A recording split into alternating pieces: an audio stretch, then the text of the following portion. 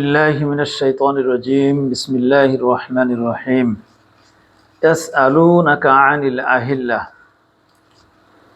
আপনাকে মানুষ প্রশ্ন করে নতুন চাঁদ সম্পর্কে। এই আহিল্লা আছে হিলালের বহু বচন। হিলাল আছে নতুন চাঁদ, আহিল্লা আছে অনেক নতুন চাঁদ। আল্লাহ তাআলা পবিত্র কোরআনে মানুষের প্রশ্নের অ্যান্সার এমনভাবে দিয়েছেন যে ওইটার পরবর্তী থেকে প্রশ্ন করার মতো সুযোগ রাখে নাই। যদি একটা চাঁদ বলতেন তাহলে এতে কেউ বলতে পারতেন যে এখনকার চাঁদের কথা আল্লাহ বলেন নাই। কিন্তু আল্লাহ তাআলা সকল নতুন চাঁদকে আল্লাহ তাআলা একবারে উল্লেখ করলেন। এই নতুন চাঁদ সম্পর্কে আপনাকে মানুষ প্রশ্ন করে, এটা কি? কুল, হে রাসূল আপনি বলে দিন, হিয়া মাওয়াকিতু লিন-নাসি ওয়াল হজ, এটা হচ্ছে মানুষের জন্য ক্যালেন্ডার, সময় নির্ধারণী এবং হজের সময় নির্ধারণী। এই চাঁদের মাধ্যমে মানুষ বিভিন্ন ইবাদত বন্দেগীর জন্য সময় নির্ধারণ করে, দিন তারিখ ঠিক রাখে এবং হজের সময়টা ঠিক রাখে। আল্লাহ তাআলা বলছেন, ওয়ালাইসাল বিররু বিআন তাআতুল বুয়ুতা মিন যুহুরিহা, তোমাদের জন্য কোনো কল্যাণ নেই যে তোমরা ঘরের পিছন দিয়ে প্রবেশ করো। এই ঘরটা কোন ঘর? এই ঘর আছে সেই সময়ে আল্লাহ রাসূলের সময় কিছু মানুষ, দুইটা বর্ণনা পাওয়া যায়। একটা বর্ণনা হচ্ছে মক্কা অঞ্চলের লোকেরা, তারা হজ শেষে বা হজের সময় তারা কাবা ঘরের পিছন দিক থেকে ঢুকতো। আবার হজের শেষে বাড়ি যাওয়ার সময় তারা ঘরের পিছন দিক থেকে ঘরে ঢুকতো, মনে করতো যে এই বরকতটা অনেক দিন স্থায়ী হবে। আবার আরেকটা বর্ণনা পাওয়া যায় মদিনার আনসাররা হজ করে এসে, হজ থেকে বা উমরা করে আসার পরে তারা সরাসরি বাড়ির সদর দরজাতে না ঢুকতে পিছন দিক থেকে ঢুকতেন। তারা এটা কল্যাণ মনে করতেন যে এতে রহমত স্থায়ী হবে, আল্লাহ রহমত অনেকদিন বাড়িতে থাকবে। এটার কোনো দলিল ছিল না, তারা নিজেরাই এই কল্যাণ নিজেরা ভাবতো।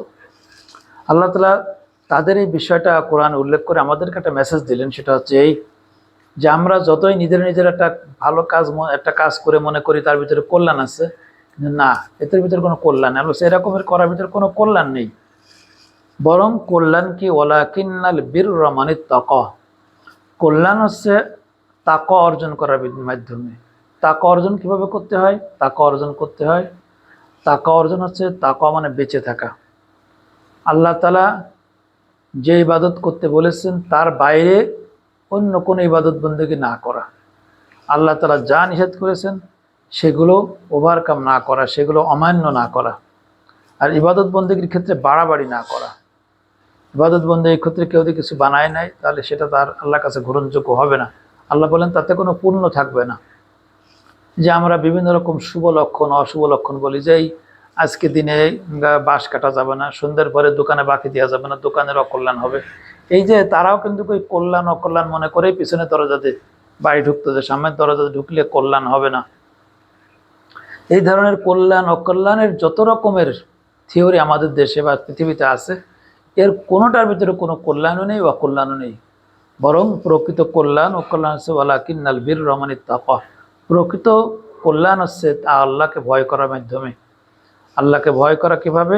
আল্লাহ তাআলা যে কাজ নিষিদ্ধ করেছেন সেই কাজগুলোকে ভয় করা, সেই কাজ না করা, এবং যে কাজ আল্লাহ করতে বলেছেন সেই ইবাদতে কোনো বাড়াবাড়ি না করা। এরপর আল্লাহ বলছেন, ওয়াতুল বুয়ুতা মিন আবওয়াবিহা, তোমরা তোমাদের ঘরের যে মূল দরজা আছে সেই দরজা দিয়ে তোমরা ঘরে প্রবেশ করো। ওয়াত্তাকুল্লাহ, আল্লাহকে ভয় করে চলো।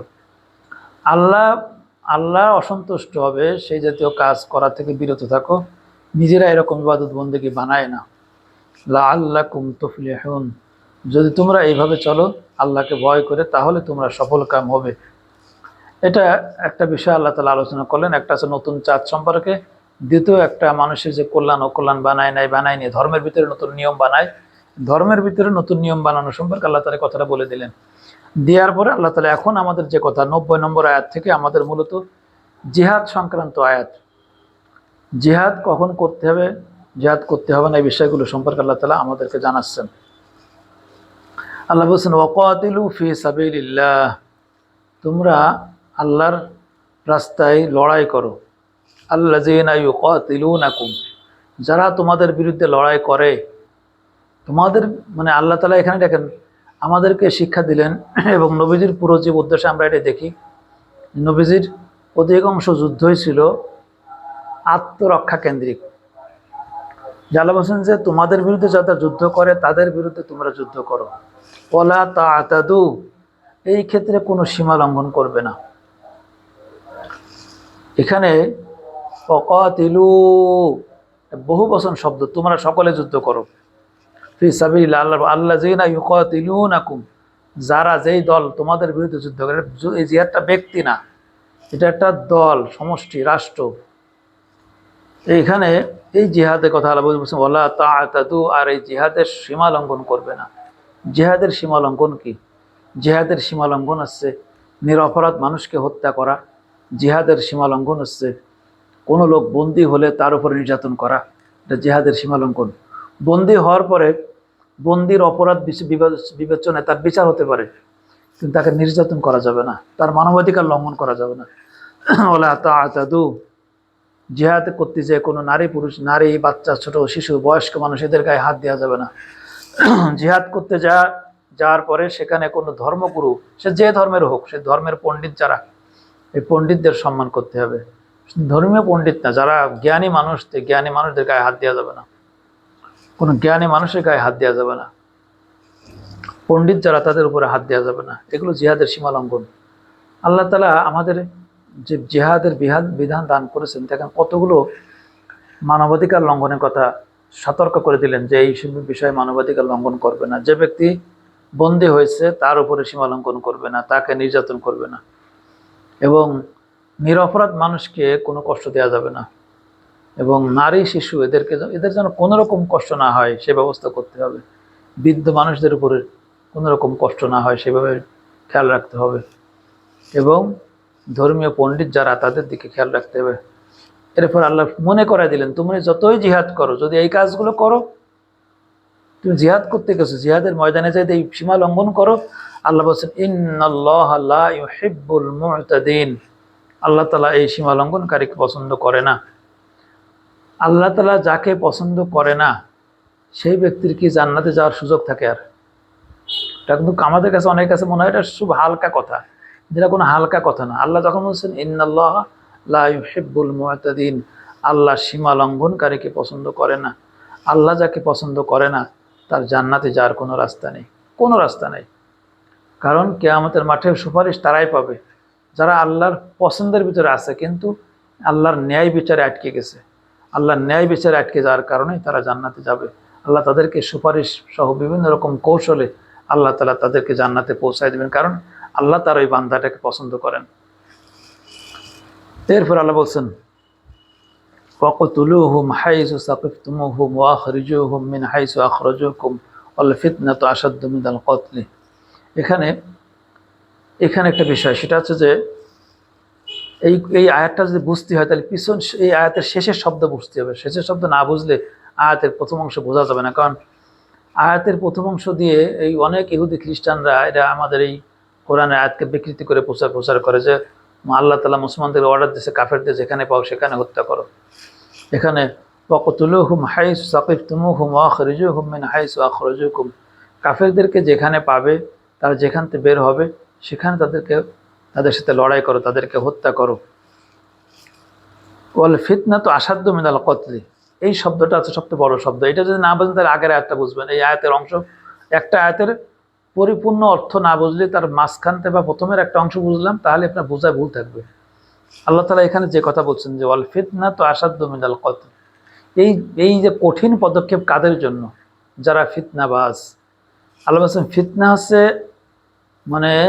হচ্ছে মানুষকে হত্যা করার থেকেও জঘন্য। ফিতনাটা কি? যেমন আমাদের দেশে যে গুম ছিল, এই গুমের বিষয়টাকে এখন সবাই বলতেছে না, এই গুমের থেকে যে লোকটাকে মেরে ফেলতো তবুও তার জন্য ভালো ছিল। সে মারা যেত, তার পরিবার জানতো তা মারা গেছে, লাশ আছে, সকলে স্বস্তি পেত, একটা বিপদ ঘটে গেছে, শেষ।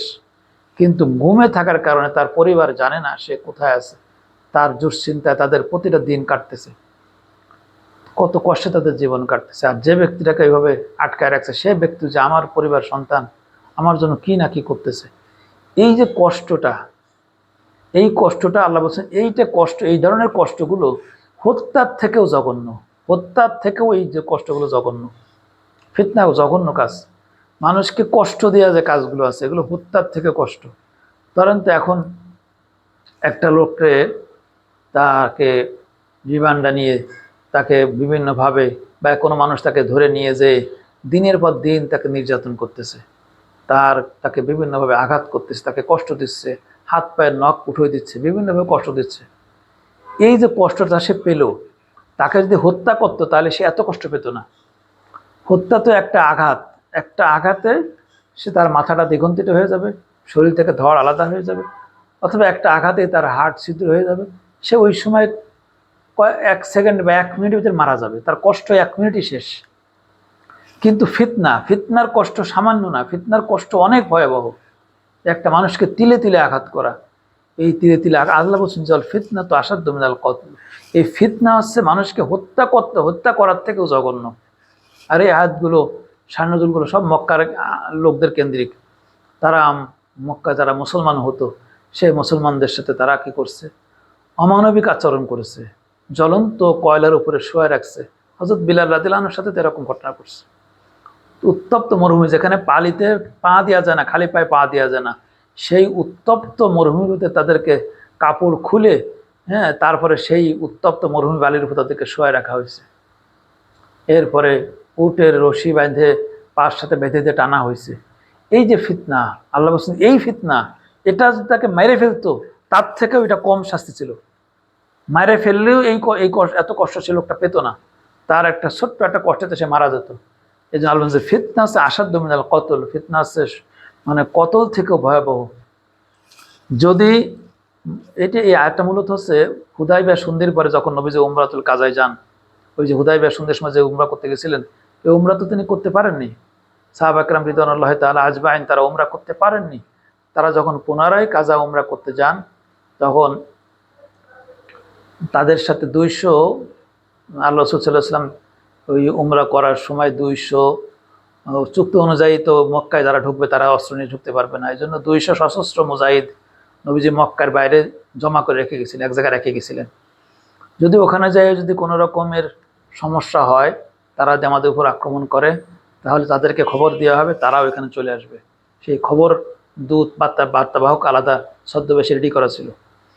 তো আল্লাহ রাসূল সাল্লাল্লাহু আলাইহি ওয়াসাল্লাম এই পদক্ষেপ নিয়েছিলেন। এই পদক্ষেপে আল্লাহ তাআলা আরও আল্লাহ রাসূল সাল্লাল্লাহু আলাইহি ওয়াসাল্লামকে দেওয়া হলো যে যারা এই কাজগুলো করবে, এই ফিতনা যারা করবে, এই ফিতনাকারীদেরকে আপনি কঠিন শাস্তি দেবেন, তাদের সাথে লড়াই করবেন। ওয়ালা তুকাতিলুহুম ইনদাল মাসজিদিল হারাম, আল্লাহ বলেন যে মসজিদুল হারামের কাছে তোমরা লড়াই মারামারি করবে না। মসজিদুল হারামের কাছে, কাবা ঘরের কাছে তোমরা লড়াই মারামারি করবে না। হাত্তা ইউকাতিলুকুম ফিহি, যতক্ষণ না তারা তোমাদের সাথে লড়াই যুদ্ধ করে। তা যেহেতু আল্লাহ নবী প্রস্তুতি নিয়ে আসছিলেন যে ওরা যদি যুদ্ধ করে তাহলে আমরা যুদ্ধ করবো, কারণ আল্লাহ তাআলা ওরা যুদ্ধ না করলে আল্লাহ তাআলা যুদ্ধের অনুমতি দেননি। হারামে যুদ্ধ করার কোনো সুযোগ নেই, কাউকে হত্যা করার সুযোগ নেই, কিন্তু ওইখানে যায় যদি কেউ এই অপরাধ করে তাহলে তারে ধরা যায়, তারে শাস্তি দেওয়া যায়। ফাইন কাতালুকুম ফাকতুলুহুম, তারা যদি মসজিদুল হারামের সীমানার ভিতরে তোমাদের সাথে যুদ্ধ করে, তোমাদের হত্যা করে, তোমরাও তাদেরকে হত্যা করবা। কাযালিকা জাযাউল কাফিরিন, এটাই হচ্ছে কাফেরদের জাযা, কাফেরদের প্রতিদান। এখানে আমরা 2টা আয়াত বললাম, এরপর আরো একটা আয়াত আল্লাহ বলছেন যে ফাইনিং তাহাউ ফাইনাল্লাহু গফুরুর রহিম, যদি এরপরেও তারা বিরত হয়ে যায়, যুদ্ধ করতে আসছিল হয়তো, বা আসার পরে তারা যদি বিরত হয়ে যায় যে না আমরা যুদ্ধ করব না, তাহলে তোমরা তাদের সাথে যুদ্ধ করে না। অলরেডি নবী সাল্লাল্লাহু আলাইহি ওয়াসাল্লাম মক্কায় উমরাতুল কাজাতে গেলে অনেকেই যুদ্ধ করার জন্য উস্কিয়ে দিচ্ছিল, তারা যুদ্ধ করার কাছাকাছি চলে আসছিল, কিন্তু পরবর্তী তারা বিরত হয়ে যায়, তারা যুদ্ধ করেনি। আল্লাহ এই কথা বললেন যদি তারা বিরত হয়ে যায় তাহলে তাদের সাথে যুদ্ধ করার দরকার নেই। ওয়াকাতিলুহুম হাত্তা লা তাকুনা ফিতনাতুন ওয়া ইয়াকুনা আদ-দীনু লিল্লাহ ফাইন ইনতাহাউ ফালা উদওয়ানা ইল্লা আলাজ জালিমিন। এই আয়াতটা হচ্ছে যুদ্ধ করার একটা চূড়ান্ত নীতিমালা। আগের যে 2টা আয়াত, এটা ছিল মক্কা ঘর কেন্দ্রিক যে কাফেরদের বিষয় ছিল, সেইখানে আল্লাহ তাআলা কথা বলেছেন। কিন্তু এইখানে এসে আল্লাহ তাআলা এই আয়াতে সর্বজনীন কথা বলে দিলেন, সকল পৃথিবীর সমস্ত মুসলমানদের জন্য আল্লাহ এই কথা বললেন, ওয়াকাতিলুহুম, তোমরা যুদ্ধ করবে, লড়াই করবে, হাত্তা লা তাকুনা ফিতনাতুন, যতক্ষণ না ফিতনা নির্মূল হয়, ওয়া ইয়াকুনা দ্বীনু লিল্লাহ, আর দিন সকলের জন্য হয়। এই আয়াতটা আমার তো অনেকেই, অনেক ভাইয়ের অনেক সময় বলে যে আপনি মনে হয় আপনার কথাবার্তা আলেম বিদ্বেষী পাওয়া যায়। মানে আলেমের যে আয়াতগুলো আছে, আমাকে এক মসজিদের ইমাম সাহেব বললেন যে হুজুর আপনি যেখানে তাফসির করেন সেখানে আলেমদের সম্পর্কে যে আয়াতটা থাকে এটা আপনি একটু এড়াই যায়, এটা বলার দরকার নেই, এমনি মানুষ আলেমদেরকে দেখতে পারে না, তারপরে যদি আয়াতের অর্থ শোনে তাহলে তো মানুষ আলেমদের দেখতে পারবে না। তা আমিও ওনাকে মুখ লজ্জার খাতে বললাম ঠিক আছে আমি চেষ্টা করব। কিন্তু এখন আমি যে মূলত যেটা দেখি সেটা হচ্ছে এই আলেমদের প্রতি আল্লাহ তাআলা নিজেও ক্ষিপ্ত। সেই আলেমগুলো কারা? সেই আলেমগুলো আছে তারাই যারা কোরআনের কথাগুলো গোপন করে। কোরআনে যে বিধিবিধান আছে সেই বিধানগুলো বলে না, মানে গোপন করা মানে কি, যে তারা তারা বলে না, তারা জানে কিন্তু বিষয়টা আলোচনা করে না। কেন করে না? দুনিয়ার স্বার্থে করে না। হয় এটা বললে পরে তার সমস্যা হবে, তার চাকরি বাকরির সমস্যা হবে, তার রিজিকের সমস্যা হবে, এইসব বিভিন্ন রকম ভয়ে সে আল্লাহকে ভয় করা বাদ দিয়ে দুনিয়ার বিভিন্ন রকম সুযোগ সুবিধা গ্রহণের জন্য সে এটা বলে না। সাধারণত আমরা মসজিদের মেম্বারে যারা আলেমরা আজকে আছেন, নেতৃত্ব দিচ্ছেন, অথবা যারা ওয়াজের ময়দানে আছেন, তারা কিন্তু সাধারণত জিহাদের আয়াতগুলো পড়েন না। সাধারণত জিহাদের আয়াতগুলো চলে যান, মানে এড়াই যান, ওগুলো আলোচনাই করেন না। আবার তারা কিসাসের আয়াতগুলো আলোচনা করেন না। আল্লাহ নবীকে আল্লাহ তাআলা তো দুইটা বিধান দিয়েছে, যে রসুলাহু বিল হুদা ওয়া দীনিল হক, রসুলকে আল্লাহ তাআলা পাঠাইছে দুইটা জিনিস দিয়ে। একটা আছে হিদায়েত, পথ নির্দেশনা, যেই পথে চললে একটা মানুষ জান্নাতে যাবে। আর একটা আছে দ্বীনি হক, ওই জান্নাতি মানুষগুলো যে পৃথিবীতে বসবাস করবে তাদের নিরাপত্তার জন্য আল্লাহ তাআলা আইন দিয়েছেন। এই আইনটার নাম আছে দিন। দিন শব্দের অনেকগুলো অর্থ, তার একটা হচ্ছে আইন। যেমন আল্লাহ তাআলা পবিত্র সূরা ফাতিহা বলছেন না, মালিক ইয়াউমিদ্দিন, যিনি বিচার দিবসের মালিক। বিচার দিবস বলা হয় কিন্তু আসলে মতো আইনের দিনের মালিক। এখানে দিন অর্থ আইন। কিয়ামতের মাঠে আল্লাহ তাআলা আইন ছাড়া কোনো কথা বলবেন না। ওই দিনকার সবার আইন, সবাইকে আইন দিয়ে ধরবেন, এবং আইনে আল্লাহ তাআলার অনেক প্রিয় বান্দারাও ধরা খেয়ে যাবে। আল্লাহ ভালোবাসেন, কিন্তু আল্লাহর প্রিয় বান্দা, আল্লাহ যে ন্যায় ইনসাফকারী হবেন কিয়ামতের মাঠে, সে ন্যায় ইনসাফকারী হওয়ার কারণে আল্লাহর অনেক প্রিয় বান্দারাও ধরা খেয়ে যাবে। আল্লাহ তাআলা সেই বান্দাদেরকে রক্ষার জন্য আল্লাহ তাআলা কোরআনে আগেও বলে দিয়েছেন, হাদিসে আমরা জানছি, আল্লাহ তাআলা সুপারিশি ব্যবস্থা রাখছেন। এই সুপারিশের মাধ্যমে আল্লাহ তাআলা যাদেরকে ভালোবাসেন তাদেরকে আল্লাহ তাআলা কিয়ামতের মাঠে ওইভাবে বাঁচায় নেবেন, কিন্তু ন্যায় ইনসাফে আল্লাহ তাআলা তার ফয়সালা জাহান্নাম করে দেবেন। এখন যে পবিত্র কোরআনে যে কিসাসের বিধানগুলো দিয়ে আসছে, যে ইমানদাররা যে আল্লাহর শরীয়ত পালন করবে, হিদায়ত অনুসরণ করবে, হুয়াল্লাযী আরসালা রাসূলাহু বিল হুদা, রাসূলকে যে হিদায়ত দিচ্ছেন, এই হিদায়ত মানে জান্নাতের পথে। এই জান্নাতের পথে চলতে গেলে তার পরিবেশ দরকার আছে। সেই পরিবেশটা আল্লাহ তাআলা নিয়ন্ত্রণ করেন কি দিয়ে? আল্লাহ তাআলার দিন। সেই দিনটা হচ্ছে আইন কানুন, কিসাসের বিধান। এই কিসাসের বিধান সম্পর্কে আলেম ওলামারা আলোচনা করে না বললেই চলে, খুবই কম, হাজারে এক দুজন করে কিনা সন্দেহ আছে। কেন? যারা জানে না কোরআন আয়াতগুলো। কিসাসের বিধান এই দেশের যারা রাজনীতি করে, এই দেশের বাংলাদেশ মুসলিম কান্ট্রি, এই দেশে তো আর অন্য দেশের হিসেব চলবে না। এই দেশটা আছে মুসলমানদের, অধিকাংশ মুসলমানরা একসাথে বসবাস করে। এই দেশের মুসলমানরা তো মুসলমানদের নেতা নির্বাচন করবে, কিন্তু এই মুসলমানরা যে মুসলমানদের নেতা নির্বাচন করবে, এই নেতা নির্বাচন করার ক্ষেত্রে যেহেতু তাদের প্রত্যেকের হাতে একটা ক্ষমতা থাকে নির্বাচনের সময়, যে আমার কাছে যারা ভোট চাইতে আসবে তাদের কাছে আমি ডিমান্ড দিয়ে দেব, তারাও জনগণের ডিমান্ড অনুযায়ী তারা কাজ করতে বাধ্য থাকে। এখন সেই ডিমান্ড দেওয়ার ক্ষেত্রে আমরা কিন্তু মানুষকে উদ্বুদ্ধ করতেছি না যে আমরা মুসলমান, আমরা কেন ব্রিটিশদের আইন মানব? আমরা তো আল্লাহ তাআলা আমাদের জন্য যে কিসাস দিয়েছেন, সেই কিসাসের আইন আমাদের দেশে চালু করতে হবে। আমরা যে মুসলমানদের সচেতন করতাম, বুঝাতাম, যদি আপনি এই আইনের পক্ষে না থাকেন তাহলে আপনি মুসলিমদের কেউ না, আপনি কাট্টা কাফের।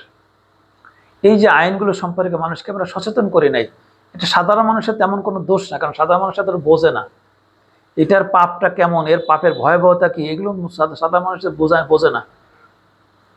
যেখানে সাধারণ মানুষদেরকে আমরা সালাতে বোঝাতে পারিনি বলে তারা সালাত পড়ে না ঠিক মতো, মুসলমানের ঘরে থাকে কিন্তু সালাত পড়ে না।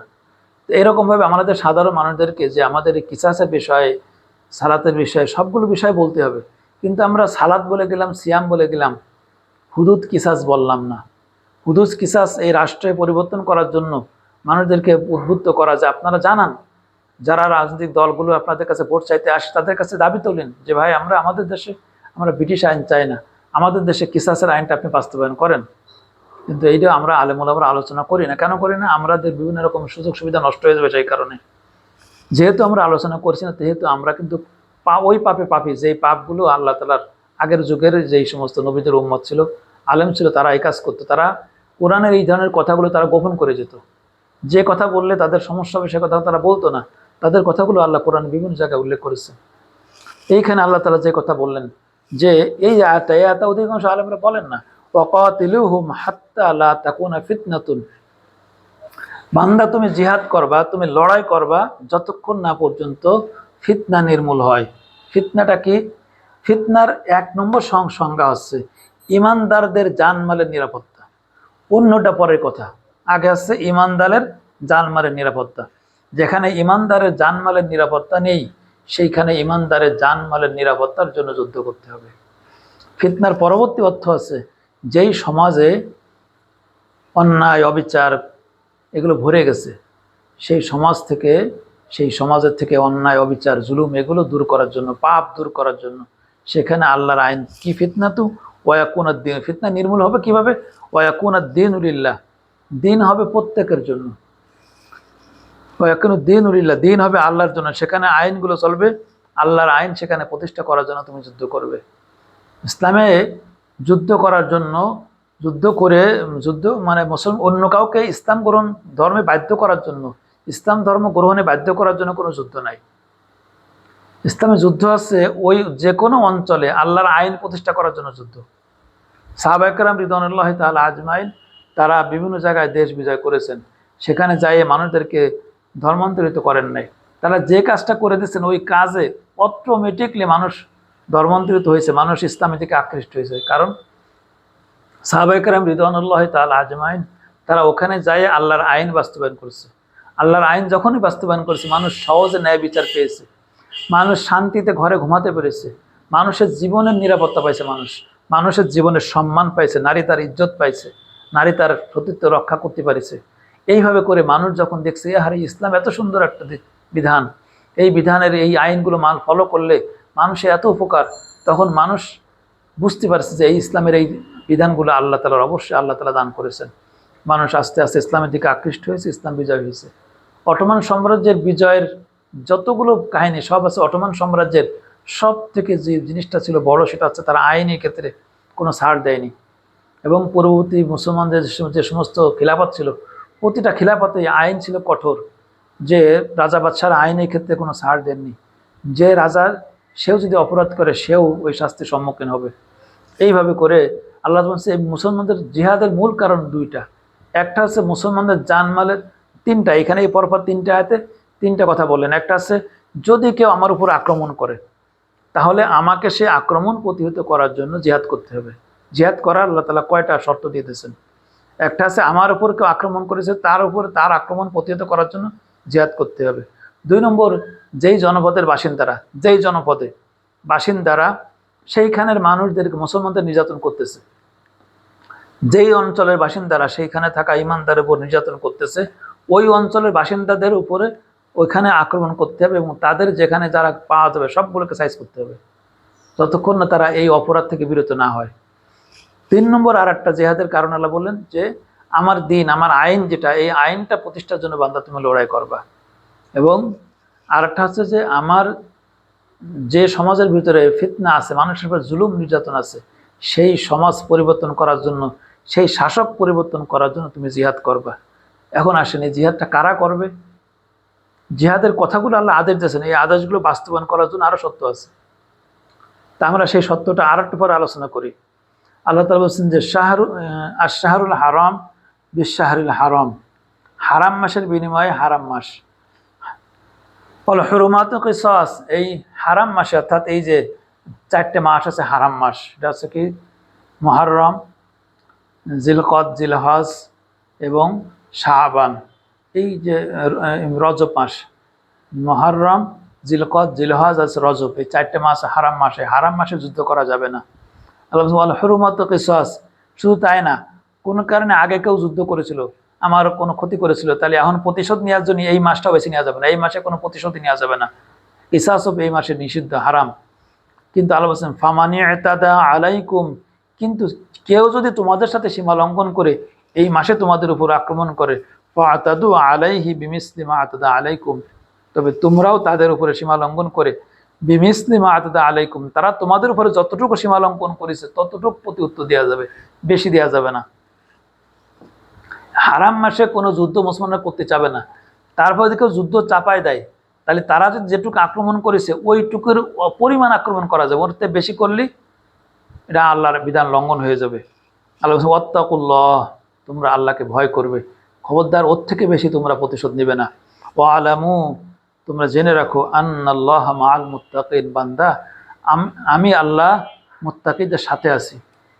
মুত্তাকি যে হতে পারবে আল্লাহ তার সাথে আছে, যে আল্লাহকে ভয় করতে পারবে, আল্লাহর ভয়ে যার অন্তরটা কাঁপে, আল্লাহর ভয়ে যার চোখে পানি আসে, এই লোকটার সাথে আল্লাহ আছেন, এই লোকটাকে আল্লাহ কখনো একা ছেড়ে দেবেন না।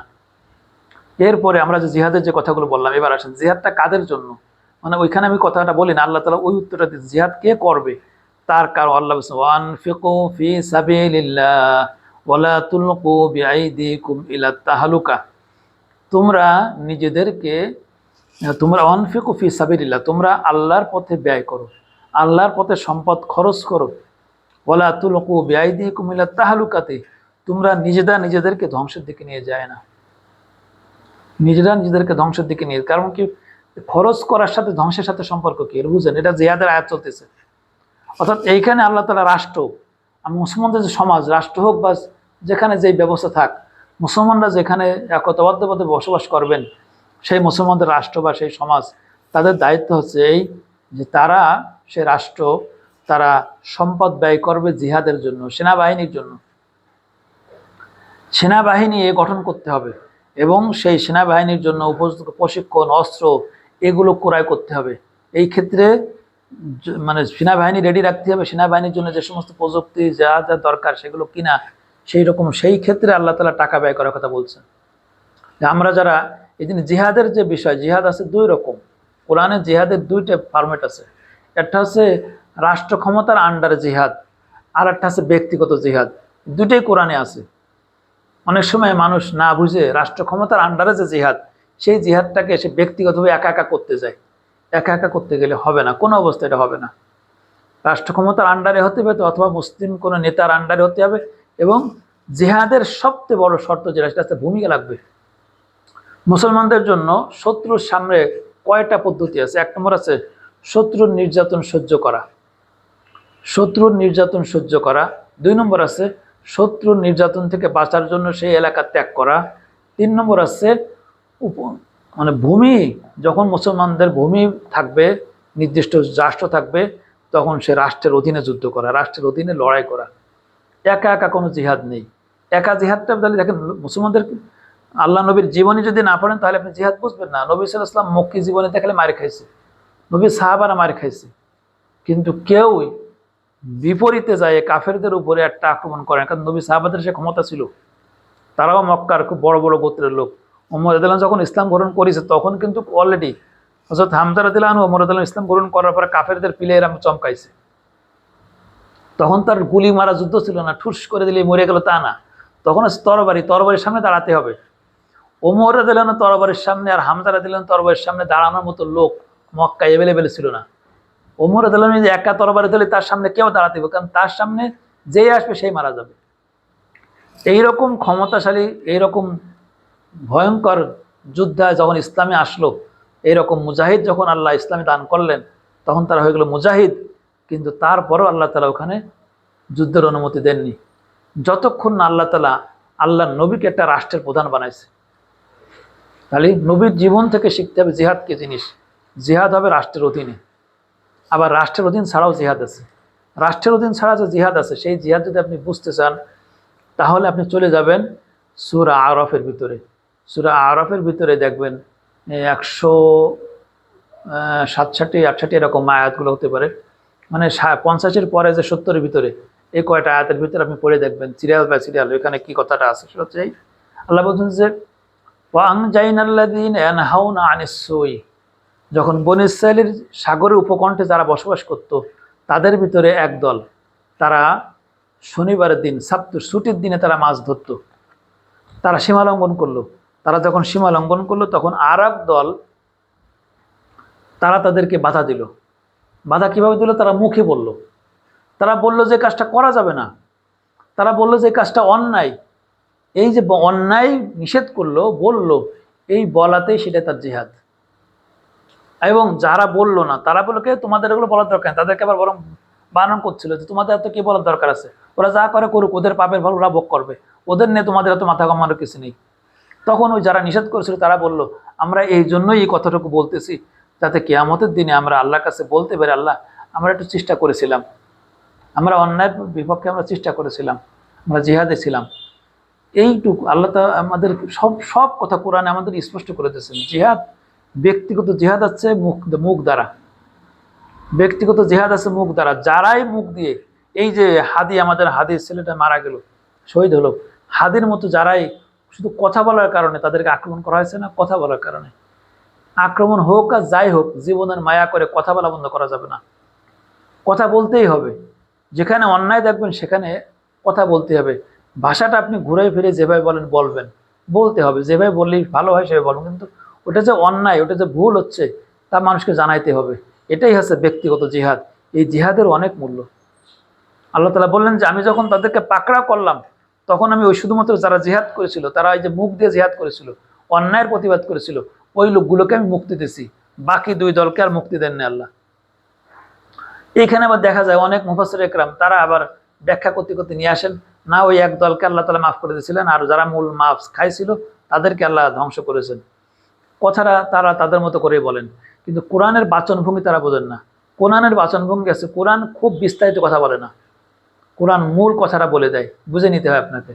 সূরা ইয়াসিনে দেখবেন, ওই যে একজন রসুল আসলো দাওয়াত দিতে, তাকে সাহায্য করতে আরও রসুল আসলো, কয়েকজন গ্রাম থেকে আসলো। তারা এসে বলল কি, তোমরা যদি আমাদেরকে হত্যাও করো তবুও তোমাদেরকে আমি দাওয়াত দিয়ে যাব, এই পথ আমরা ছাড়বো না। এটাই হচ্ছে রব্বুল আলমিনের পথ, এইটা তার ইবাদত আমরা করব, তোমরা আমাদের মেরে ফেললেও হত্যা করলেও তার ইবাদত আমরা ছেড়ে দেব না। এই কথাগুলো বলে এরপর তাদের সাথে কি হয়েছে এটা আর বলে নাই। এরপরে যে আল্লাহ বলতেছেন, তারা যখন জান্নাতে গেল তখন তারা বললো যে হারে, আমার জাতিরা যদি আমার দেখতো, জানতো যে আমরা আল্লাহ তাআলা আমাদেরকে কি নিয়ামত দিয়েছেন, তারা আফসোস করতে লাগলো জান্নাতে যাওয়ার পরে। তাদের জান্নাতে যাওয়ার যে আফসোস, এই আফসোসটা আল্লাহ তাআলা কোরআনে কোট করেছেন। তাদের হত্যা করার কথাটা বলে না, কারণ ওটা মানুষ ওই কথা বললে ওটাই মানুষ এমনি বুঝে নেবে তাদেরকে মারা হয়েছিল বলতে তারা জান্নাতে গেছে। তো এরকম আল্লাহ যখন বলছে আমি এক দলকে নাজাত দিছি, তার মানে বাকি দুই দলকে আল্লাহ সাইজ করছে, বাকি দুই দলকে আল্লাহ তাআলা জালেমদের কাতারে নিয়ে আসছেন। আল্লাহ তাআলা আমি জালেমদেরকে সাইজ করেছি। তাই জালেমরা কারা হয়ে গেছে? যারা অন্যায়ের প্রতিবাদ করেনি তারাও জালেম, যারা ওই কাজ করেছে তারাও জালেম। কোরআনে আল্লাহ তাআলা সূরা আনআমের একটা আয়াত আছে, ওয়ালা তারকানু ইলাল্লাযিনা যালামু, তুমি যদি জালেমদের দিকে ঝুঁকে যাও, ফাতামাসসামাকুমুন নার, তাহলে আগুন তোমাকে স্পর্শ করবে। জালেমদের উপরে যদি ঘৃণা না থাকে কারোর অন্তরে, কোনো জালেমের উপরে, কোনো জালেম অপরাধী এদের উপরে যদি কারোর ঘৃণা না থাকে, যে মুসলমানের ঘৃণা নেই সেও ওই জালেমদের অন্তর্ভুক্ত হয়ে যাবে। এটা খুব কঠিন একটা বিষয় ইসলামে। আমি সবসময় বলি ভাই, পরকালকে যেরকম সহজভাবে নিচ্ছেন এরকম পরকাল না। পরকাল আছে আল্লাহ তাআলা একদল মানুষকে যাচাই বাছাই করে তারপরে জান্নাত দেবে। যাচাই বাছাই ছাড়া কোনো মানুষকে আল্লাহ জান্নাত দেবেন না। সে যাচাই বাছাইটা কি? যে বান্দা যে ঈমান দাবি করে, বান্দা যে আমার পক্ষের লোক, বান্দা যে আমার গোলাম, এটা বান্দাকে প্রমাণ করতে হবে। এটা প্রমাণ করার পর তাকে যাইতে হবে। এই প্রমাণের ক্ষেত্রে কিন্তু ইবলিস ফেল করছে। এই প্রমাণের ক্ষেত্রে বালামবার ফেল করেছে। ইহুদিদের সবচেয়ে বড় আলেম ছিল বালামবার, তার কথা সূরা আরাফে আসছে। সে যখন আল্লাহ তাকে ধন সম্পদ তার সামনে আনলো, সে তখন ফতোয়া উল্টোই দিল। সে এত বড় বুজুর্গ হয়ে গেছিল, কারণ সে ইবাদত বন্দী করছে, তার নামাজ সিয়াম এই সমস্ত ইবাদত বন্দী করতে করতে সে আল্লাহর অনেক কাছে চলে গেছে। কিন্তু আল্লাহ তাআলা তার চূড়ান্ত ফয়সালা পরীক্ষা নেননি। যখনই তার পরীক্ষা করেছে, হারাম সম্পদ তার সামনে আসছে, তখন সে হারাম সম্পদের দিকে আকৃষ্ট হয়ে গেল, হয়ে তার ফতোয়া পাল্টাই ফেললো। পাল্টানোর সাথে সাথে সে তার ধ্বংস অনিবার্য হয়ে গেল। এইভাবে করেই আল্লাহ তাআলা একটা পরীক্ষা সামনে আনবেন। এই পরীক্ষা দিয়ে আল্লাহ তাআলা আমাদেরকে যাচাই করবেন। আর এই পরীক্ষার একটা বড় পরীক্ষা হচ্ছে এই অন্যায় দেখলে আমি আপনি কি আচরণ করি। আমার যদি কথা বলার কোনো ক্যাপাসিটি না থাকে, কমপক্ষে আমি কিছু লোক, আমার পরিচিত লোকের সামনে তো বলতে পারবো এই কাজগুলো অন্যায়, এগুলো আমার সহ্য হয় না এগুলো। কারণ আপনি যদি আপনার সন্তানকে যদি কেউ আঘাত করে, সেই জায়গায় দাঁড়াইতে আপনি প্রতিবাদ করতে না পারেন, আপনি পিছনে আসলে প্রতিবাদ করবেন, পিছনে আসে আপনি একা একা বক বক করবেন, আপনার কথা বেরোবে, কারণ আপনি আপনার সন্তানকে ভালোবাসেন। ঠিক অনুরূপভাবে পৃথিবীর কোনো মানুষ যদি আল্লাহকে ভালোবাসে, চূড়ান্তভাবে আল্লাহকে ভালোবাসে, তাহলে ওই বান্দাটা আল্লাহর অবাধ্যতা দেখে ওই বান্দাটা পৃথিবীতে প্রকাশ্যে আল্লাহর বিরোধী, আল্লাহ যে কাজ বলেছেন, আল্লাহর যে শরিয়াত দিয়েছেন, আল্লাহ যে দিন দিয়েছেন, এর বিপরীত কোনো কাজ যখন দেখে, তখন তার ওই বান্দা যে আল্লাহর নিজেকে আল্লাহকে সর্বাধিক ভালোবাসে, তার অন্তরে ব্যথা লাগবে। আর মানুষের অন্তরে যখন ব্যথা লাগে, তখন মানুষ তার মুখ বন্ধ রাখতে পারে না। এটাই হচ্ছে ইমানের পরীক্ষা। আল্লাহ তাআলা আমাদের সকলকে এই রকম সকল প্রকার ফিতনা ফাসাদ, সকল প্রকার অন্যায়, এগুলোর বিরুদ্ধে সবসময় আল্লাহ তাআলা আমাদের জন্য কথা বলার তৌফিক দান করে বলে আমিন।